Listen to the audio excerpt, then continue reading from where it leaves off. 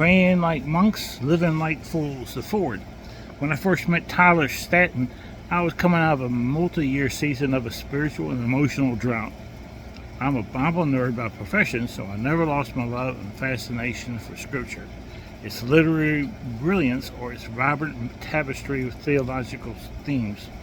Jesus of Nazareth remained as compelling and beautiful to me as ever, but due to many factors I'm still sorting out, all of those things, and even Jesus himself, became more of a set of ideas for me and less a dynamic person to whom I relate in my day-to-day activities.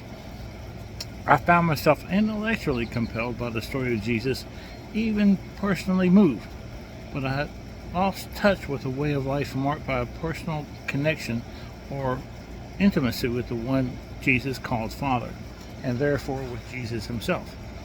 What I needed was not just a new set of techniques to revitalize my prayer life. I didn't know what I needed. All I knew was that Jesus felt like an artifact, and the presence of God was an idea but not an experience.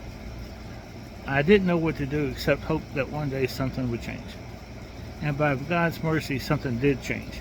I don't know why or exactly how it happened. I had started a habit of beginning each day with a period of silence, asking God to speak to me or interact with me in a way that I could hear and understand. I just needed to know there was someone on the other end of the conversation. To be honest, I did that for a long time without feeling anything at all. Then, in a series of events, some very surprising things happened in my family's life.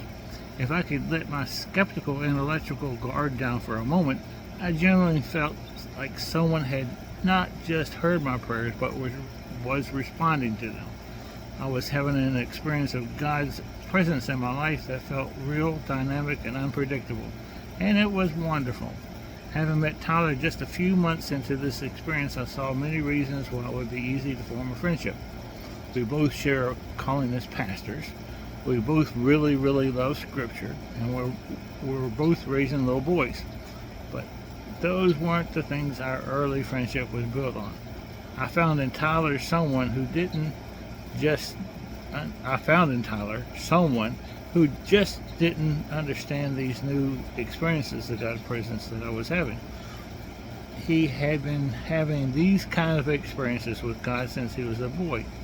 It became more and more clear that prayer was just one way of describing the mystery and wonder of human living in dynamic communion with God. I found in Tyler a friend with whom I could process and question and celebrate this rediscovery of God's presence in my life. Tyler shared with me a number of habits that he learned from others, practices that keep our minds, hearts, and bodies open to the presence and power of God's Spirit. It turns out they're quite ancient and deeply intuitive. While I knew most of them, I had never actually tried them before, at least not in a consistent way. Then one day, Tyler told me he was bringing all these experiences, learnings, and practices of prayer together into a book. He invited me to offer feedback on an early version, and as I did, it was like reliving all those conversations again. In this book, Tyler provides a series of meditations on the core practices of prayer that are woven together with deep scriptural wisdom. But this isn't a book full of ideas about prayer. Every chapter is framed by a story with Tyler's life where he experienced the things he's describing. Unless you be simply informed by new facts or entertained by a story, he ends each chapter with an invitation to do something in response, to try to get some new habits, practices that can create space in your life for your own experience of God's presence. But do know that because communion with God is truly relational, it's not predictable or formulaic. So you may have a different experience of this book than I did, and your own rediscovery of God's presence will need to happen in some other way. I'm convinced you'll benefit from Tyler's story, his scriptural reflections, and his discoveries on his journey of relating to God. My hope is that you will come to experience prayer and the presence of God in the way Thomas Keating describes it. This presence is so immense, yet so humble, awe-inspiring, yet so gentle, limitless, yet so intimate, tender, and personal. I know I am known. Everything in my life is transparent in this presence. It knows everything about me, all my weaknesses, brokenness, sinfulness, and still loves me infinitely. Its presence is healing, strengthening, refreshing. Just by its presence, it is like coming home to a place I should have never left, to an awareness that somehow was always there, but which I did not recognize. Knowing this kind of peace-loving presence hovering in every moment of our lives is its own category of experience. In fact, it's not an experience at all.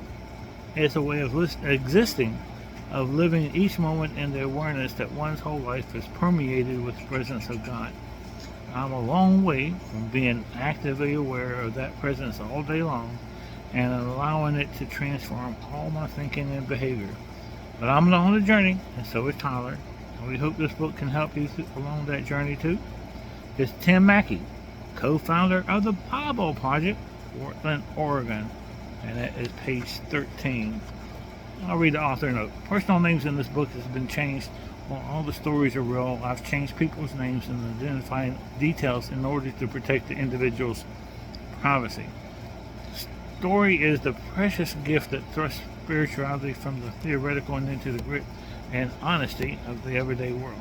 To be entrusted with the still unfolding stories of so many is the greatest and most sacred of pastoral privileges. To those who have danced, wept, wrestled, whispered, screamed, laughed, listened, and prayed alongside me, your stories are the real gift of this book, and I'm grateful for each of you and hope you are honored in the pages to follow.